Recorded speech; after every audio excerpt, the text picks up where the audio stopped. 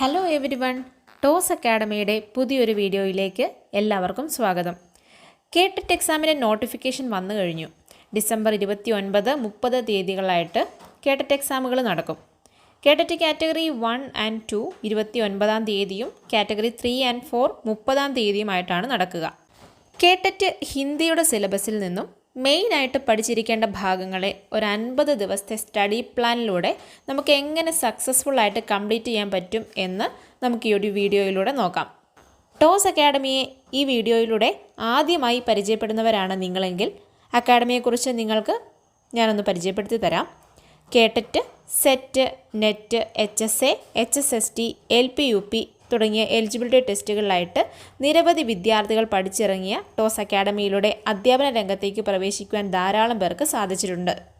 കേട്ടറ്റ് 4 കാറ്റഗറികളിലും physical science, natural science, social science, mathematics, English, Malayalam, Hindi എന്നീ വിഷയങ്ങളിലായി കോച്ചിങ് നൽകി വരുന്നു.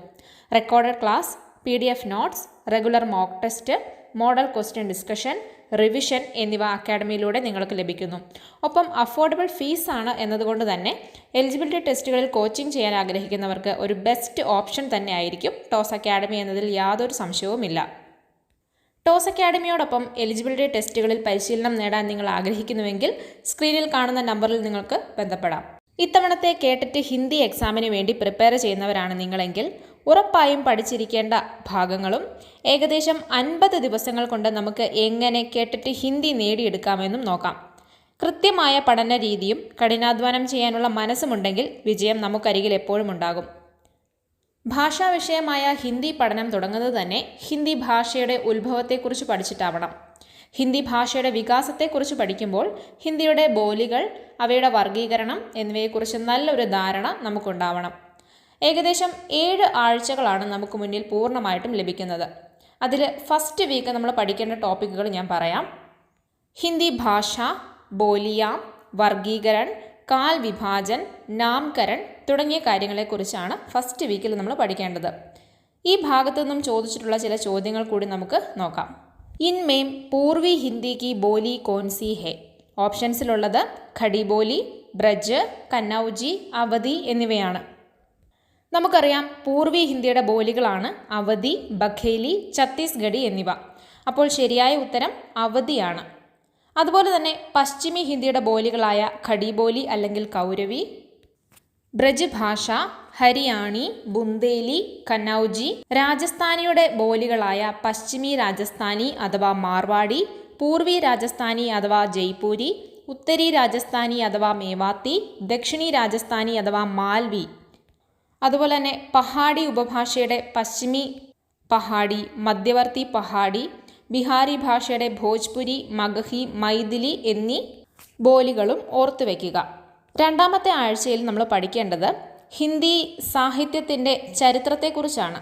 അതായത് പ്രാചീൻ കാലത്തിൽ ആദികാൽ, ഭക്തികാൽ, രീതികാൽ എന്നിവയുമായിട്ട് ബന്ധപ്പെട്ട് ആദികാൽ കാ നാംകരൺ, രാസോ സാഹിത്യ, നിർഗുൺ ഔർ സഗുൺ ഭക്തിധാര, ഭക്തികാലീൻ കവികൾ, സന്ത് ഔർ സൂഫി കവികൾ, രീതികാൽ കി കാവ്യധാരായെ ഔർ കവി, അതിനകത്ത് രീതിബദ്ധ, രീതി സിദ്ധ, രീതി മുക്ത തുടങ്ങിയ കാര്യങ്ങളൊക്കെ പഠിക്കേണ്ടതായിട്ടുണ്ട്. ഇവയുമായിട്ട് ബന്ധപ്പെട്ട ഒരു ചോദ്യം മുൻ വർഷങ്ങളിൽ ചോദിച്ചത് നമുക്ക് നോക്കാം. പൃഥ്വിരാജ് റാസോ കെ രചയിത കോൻ ഹെ? Option A Chand Bardai, option B Jagnik, option C Banabhatt, option D Amir Khusro. ശരിയായ ഉത്തരം നമുക്കറിയാം, പൃഥ്വിരാജ് റാസോയുടെ രചയിതാവ് ചന്ദ് ബർദായി ആണ്. മൂന്നാമത്തെ ആഴ്ചയിൽ നമ്മൾ ആധുനിക് കാലമായിട്ട് ബന്ധപ്പെട്ട് വളരെ ഇമ്പോർട്ടൻ്റ് ആയിട്ടുള്ള ടോപ്പിക്കുകളാണ് നോക്കേണ്ടത്. അപ്പോൾ ഇതിൽ ഭാരതേന്ദു യുഗ്, ദ്വിവേദി യുഗ്, ഇതിലെ കവികൾ, ഒപ്പം ഫോർട്ട് വില്യം കോളേജ് തുടങ്ങിയ ടോപ്പിക്കുകൾ നോക്കണം. 1980 വരെയുള്ള ഉപന്യാസ് അഥവാ നോവലുകളുമായിട്ട് ബന്ധപ്പെട്ട് പ്രേംചന്ദ്, അഗ്യേയ്, യശ്പാൽ, നിർമ്മൽ വർമ്മ, ഭീഷ്മ സാഹനി, ഉഷ പ്രിയംവദ, മന്നു ഭണ്ഡാരി എന്നീ രചനാകാരന്മാരെക്കുറിച്ചും ഗോദാൻ, ശേഖരേക്ക് ജീവനി, വേദിൻ, തമസ്, ആപ്കാ ബണ്ടി, രംഗഭൂമി തുടങ്ങിയ നോവലുകളെക്കുറിച്ചും പഠിച്ചിരിക്കുക. അതുപോലെ തന്നെ ആഞ്ചലിക് ഉപന്യാസ് എന്ന ടോപ്പിക്കുമായിട്ട് ബന്ധപ്പെട്ട് ഫണീശ്വർനാഥ് രേണുവിൻ്റെ മൈല ആഞ്ചൽ എന്ന രചനയെക്കുറിച്ച് അറിഞ്ഞിരിക്കുക. നാലാമത്തെ ആഴ്ചയിൽ ഹിന്ദി കഹാനികളിൽ നിന്നും ചന്ദ്രധർ ശർമ്മ ഗുലേരിയുടെ ഉസ്നെ കഹാദ, പ്രേംചന്ദിൻ്റെ പൂസ്കി രാത്, ഠാക്കൂർ കാ കുവാം, യശ്പാലിൻ്റെ ദുഃഖ്, ഉഷാ പ്രിയംവദയുടെ വാപ്പസി തുടങ്ങിയ രചനകൾ വളരെ ഇമ്പോർട്ടൻ്റ് ആണ്. മുൻ വർഷത്തിൽ ഈ ഒരു ഭാഗത്തു നിന്നും ചോദിച്ചൊരു ചോദ്യം നോക്കാം. വാപ്പസി കഹാനി കെ ഗജാദർ ബാബു കെ സംബന്ധ में सही कथन कौन सा है?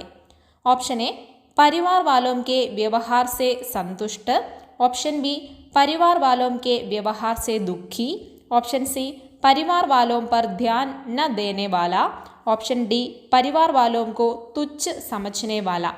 ഓപ്ഷൻ ബി ആണ് ശരിയായ ഉത്തരം. അതായത് പരിവാർ വാലോം കെ വ്യവഹാർ സെ ദുഃഖി വ്യക്തിയാണ് വാപ്പസി എന്ന കഹാനിയിൽ ഗജാദർ ബാബു എന്ന ക്യാരക്ടർ.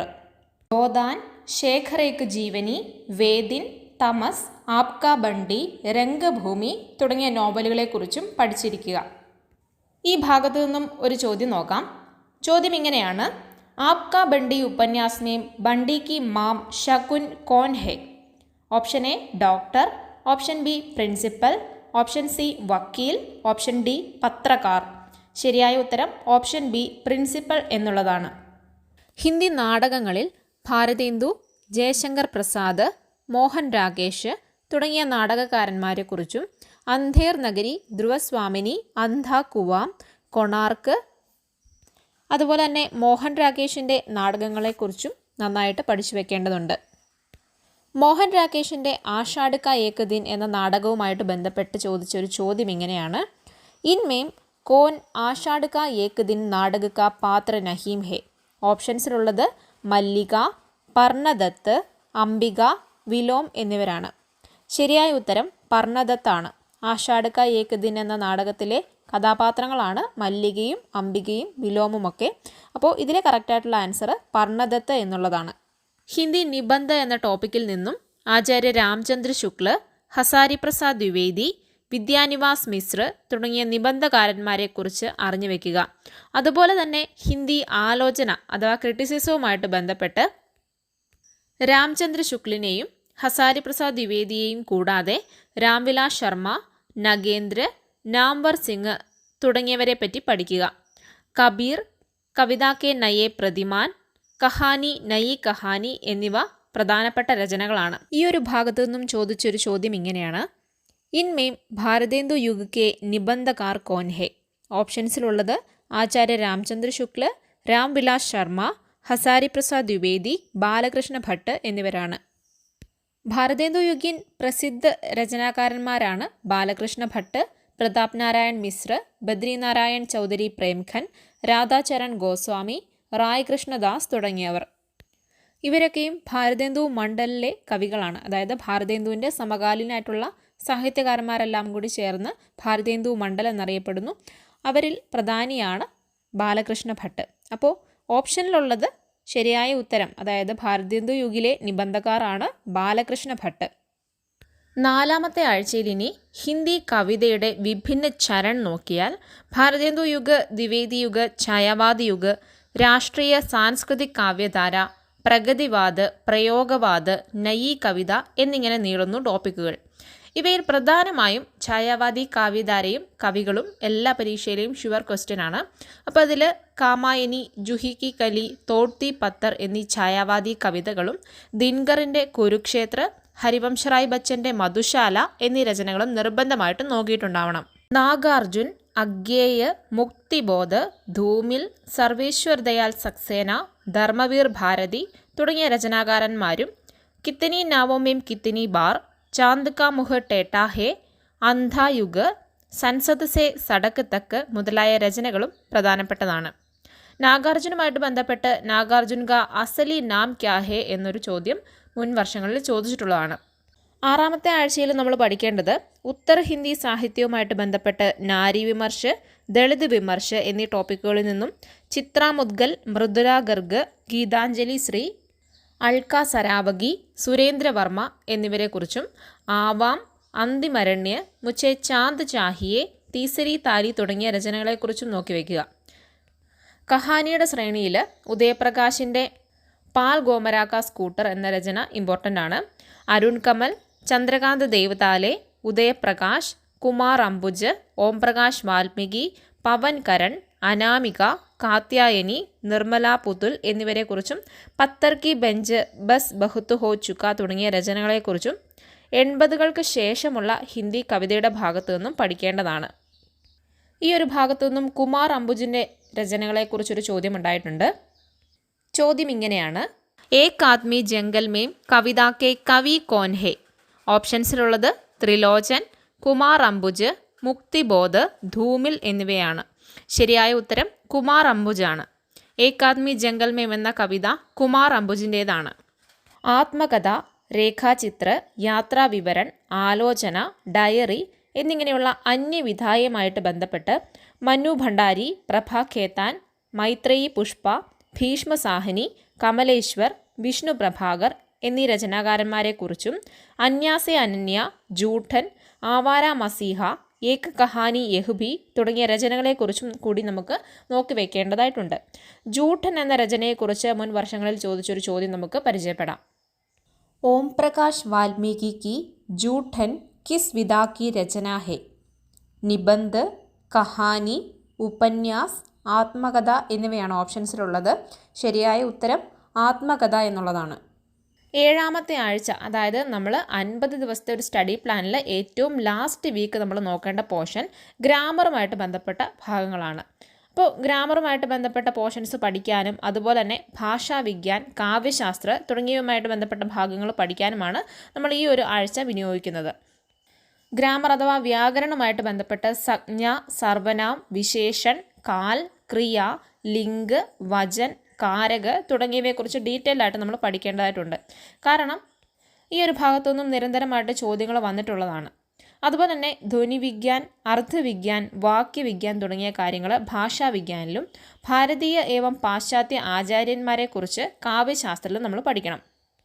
ഇത്രയുമായി കഴിഞ്ഞാൽ ഒരു പ്രീവിയസ് ഇയർ ക്വസ്റ്റ്യൻസിൻ്റെ ഒരു കളക്ഷൻ കൂടി നമ്മൾ ബേസ് ചെയ്ത് ഒരു റിവിഷൻ കൂടി കംപ്ലീറ്റ് ചെയ്യാൻ സാധിച്ചു കഴിഞ്ഞാൽ ഏകദേശം ഒരു 50 ദിവസത്തെ സ്റ്റഡി പ്ലാൻ കംപ്ലീറ്റ് ചെയ്ത് നമുക്ക് എക്സാമിനായിട്ട് തയ്യാറെടുക്കാൻ സാധിക്കും. ഗ്രാമറുമായിട്ട് ബന്ധപ്പെട്ട ഒരു ചോദ്യം ഇങ്ങനെയാണ്: ബാഹർ കോയി ഹെ, ഇസ്മേം കോയി കിസ് പ്രകാർ കാ സർവനാം ഹെ? ഓപ്ഷൻസിലുള്ളത് നിശ്ചയവാചക്, അനിശ്ചയവാചക്, നിജവാചക്, പുരുഷവാചക് എന്നിവയാണ്. നമുക്കറിയാം കോയി എന്നത് അനിശ്ചയവാചക് സർവനാമിൽ വരുന്നതാണ്. അപ്പോൾ ശരിയായ ഉത്തരം അനിശ്ചയവാചക് സർവനാം എന്നുള്ളതാണ്. ഇത്രയുമായി കഴിഞ്ഞാൽ പ്രീവിയസ് ഇയർ ക്വസ്റ്റ്യൻസിനെ ബേസ് ചെയ്ത് ഒരു റിവിഷൻ കൂടി ചെയ്യാൻ സാധിച്ചാൽ ഏകദേശം 50 ദിവസത്തെ സ്റ്റഡി പ്ലാൻ കംപ്ലീറ്റ് ചെയ്ത് നമുക്ക് എക്സാമിനായിട്ട് തയ്യാറാക്കാൻ സാധിക്കും. അപ്പോൾ ഇനിയുള്ള ദിവസങ്ങൾ ഒട്ടും പാഴാക്കാതെ മാക്സിമം നിങ്ങളുടെ പഠനത്തിനായിട്ട് ഉപയോഗിക്കുക. കേട്ടിട്ട് അച്ചീവ് ചെയ്യുക.